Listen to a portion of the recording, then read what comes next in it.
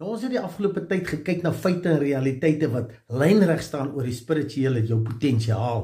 Maar ek weet, elke persoon op hierdie aarde het iets wat hulle in die fisiese wil verander. Of het nou is gesondheid, of het is finansies, of het is 'n dissipline in een of ander area, gewigverlies, wat ook al die ding is.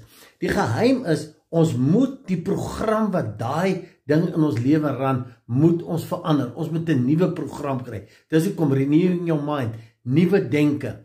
Nou, 'n geheim wat ek jou vandag wil sê is, die belangrikste tyd van die dag is die 5 minute voor jy aan die slaap raak en die 5 minute nadat jy wakker geword het. Want onthou, jy lê dan en dink. Nou baie mense dink aan al die gemors van die dag en die negatiewe goed.